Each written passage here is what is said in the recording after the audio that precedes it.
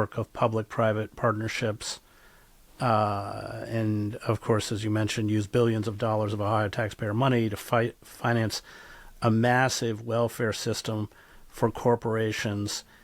Can you detail how the public-private partnerships are put together, how they work, how Wexner used them to create this vast data center development?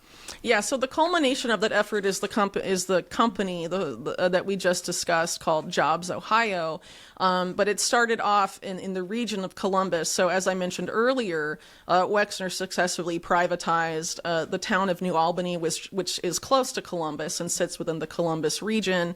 And in the early 2000s, Wexner and Kessler, who created the New Albany company that took over that town, created something called the Columbus Partnership, which basically became the de facto economic development authority.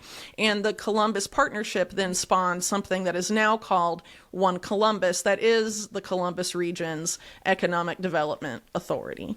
And it is a public-private partnership that the private sector donors to One Columbus include Wexner's companies, but also include very large companies that have a large presence in the state, like J.P. Morgan, for example, and ones that have large data centers in the state and the Columbus area specifically, like Amazon. And so, not surprisingly, One Columbus is, as they say, is quote unquote aggressively focused on achieving the economic development goals of its private sector partners, which includes the build out of data centers. And so to facilitate that and subsidize that with taxpayer money, that is what, these public-private partnerships are essentially doing. And as I said earlier, there's no proof that these are necessary to bring the vast majority of these companies to the region or to the state, but it is a way to use taxpayer money to subsidize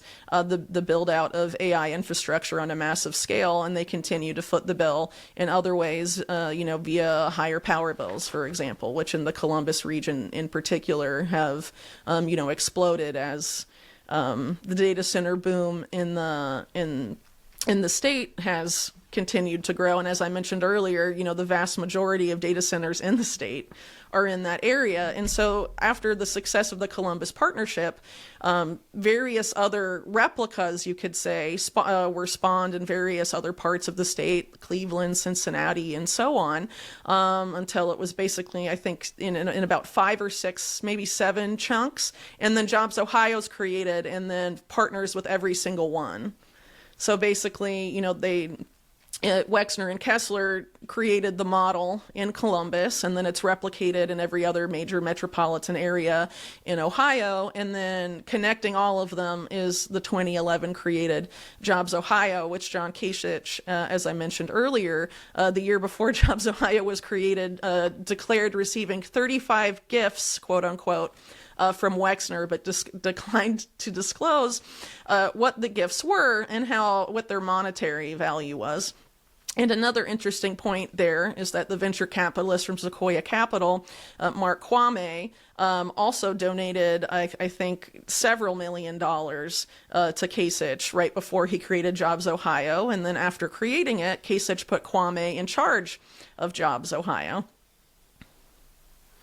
Can you talk about the ties with Israel? I know Compass Data Centers, you mentioned, has Israeli ties. And I'm wondering whether the pairing between Wexner and Compass illustrate a network driving the development of big tech in the AI boom that has deep Israeli roots. Well, looking at a lot of the tech companies and data center companies that have installed themselves in New Albany in particular, the vast majority of them have significant subsidiaries that operate in the state of Israel. And Wexner, of course, is intimately related to the state of Israel through his own activities. For example, I think several